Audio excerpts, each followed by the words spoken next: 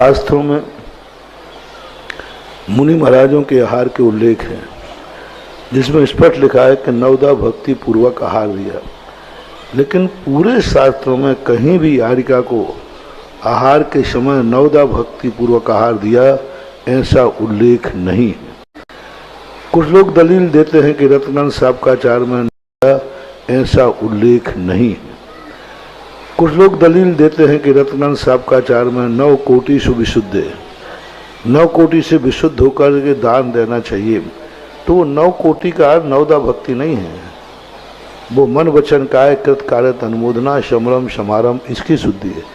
फिर भी यदि आप इसको नवदा भक्ति अर्थ निकालते हैं तो फिर नवदा भक्ति में तो आरिकाओं को क्यों, उसमें तो मध्यम पात्र ब्रह्मचारिणियाँ भी हैं, ब्रह्मचारी भी हैं, इनकी भी नवदा भक्ति होना चाहिए। आरिका की क्यों? उस दान नवदा भक्ति पूर्वक देना चाहिए।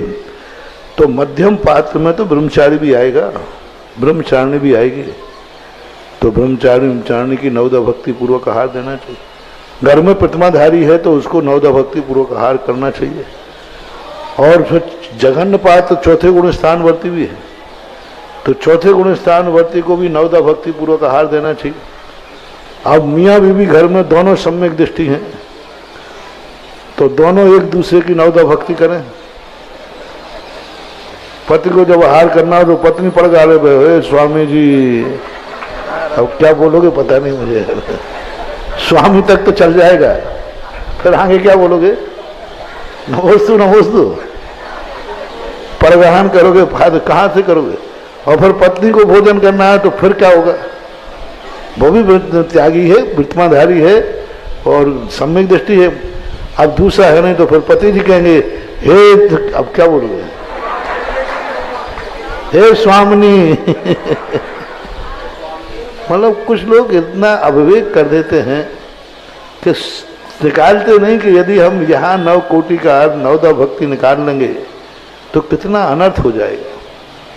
आगम में कहीं भी नवदा भक्ति का उल्लेख किसी भी एक उदाहरण में, किसी भी इतने प्रथमानुग के ग्रंथ हैं, आहार तो गए, आहार की चर्चा भी की है, 2-3 आरिकाएं मिलकर जाती हैं, लेकिन कहीं भी नवदा भक्ति पूर्वक आहार दिया है या नवदा भक्ति पूर्वक आहार लिया है ऐसा उल्लेख नहीं मिला।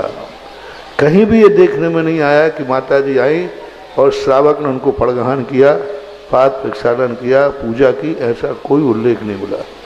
पूज्यवर रविशरण महाराज ने एक उल्लेख किया है अर्घ का, वो भी कब किया है? जब वंदना करने गए तो अर्घ का अर्थ पूजा नहीं होती है, हर राजा को अर्घ दिया। नारद जब राजसभा में पहुंचे तो राजा ने उठकर नारद को अर्घ दिया। अर्घ का अर्थ होता है भेंट, सम्मान।